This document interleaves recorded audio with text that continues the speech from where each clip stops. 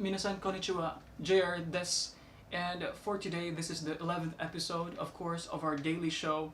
Well, technically, we've been having some delays with the uploads because, of course, of the editing and my availability every day. But for today, let me just share to you one of the core skills when we try to learn a language. And on my 11th day, technically, we have crossed already the more than 1/3 of our journey, the third day journey for learning Japanese. And the core skill that I'm talking about is, well, technically there are two skills that I would like to share to you about this episode. The first skill is, of course, the listening skill. It's very important because when we learn a language, we need to understand the intonations, the accents, on how they pronounce the words, also the pacing when they speak the language, and the counts of each syllable, for example. It's very important in Japanese because, for example, when you say yokuso, yokuso, there is a stress there on the first sound. So that means the counting, instead of just one sound, it's actually equal to two sounds. So yokuso. So yokuso actually means welcome.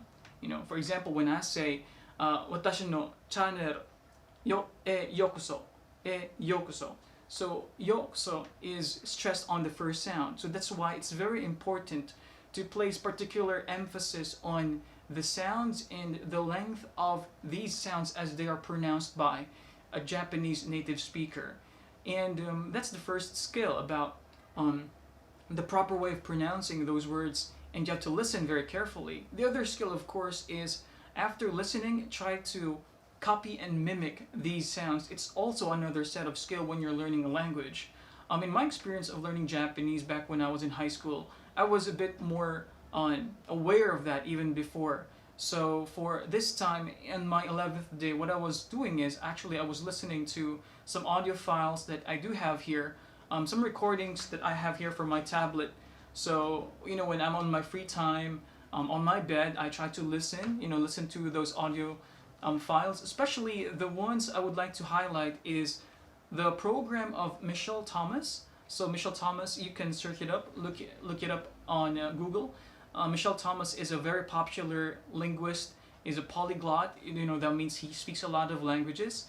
And Michelle Thomas has a program specifically made for those who wanted to learn Japanese.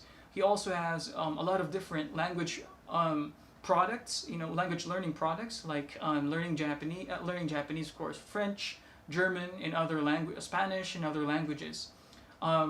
When I had the interest of learning French before, so I was doing that as well. I was doing Michelle Thomas program. So for the Japanese audio lessons that I have here, I've downloaded it.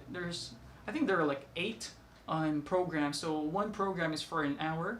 So now it becomes 8 programs now for Michelle Thomas's audio lessons. So I had it now for the second series now. Okay, and let me share to you another one. Here is the one that I have from Berlitz. It's also an audio lesson. I've already showed this, I think, on the first or second episode of this language learning journey.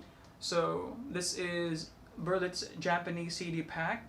It's more about phrases that we use. So earlier today, when I planned to watch the cinema, so I actually checked here the part on sightseeing and for entertainment, I mean.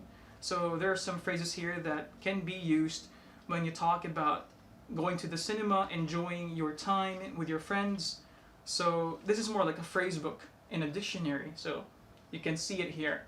So also, because they do have an audio file, so in my free time I listen to it and try to mimic and understand the pacing, the pronunciation, and the accents for those words. So well, that's all for today, and I'm just sharing all these practices so that if you're also learning Japanese, you may get some tips from what I'm going through so far on my 11th day. So see you all. Ja, mata ne. Bye bye.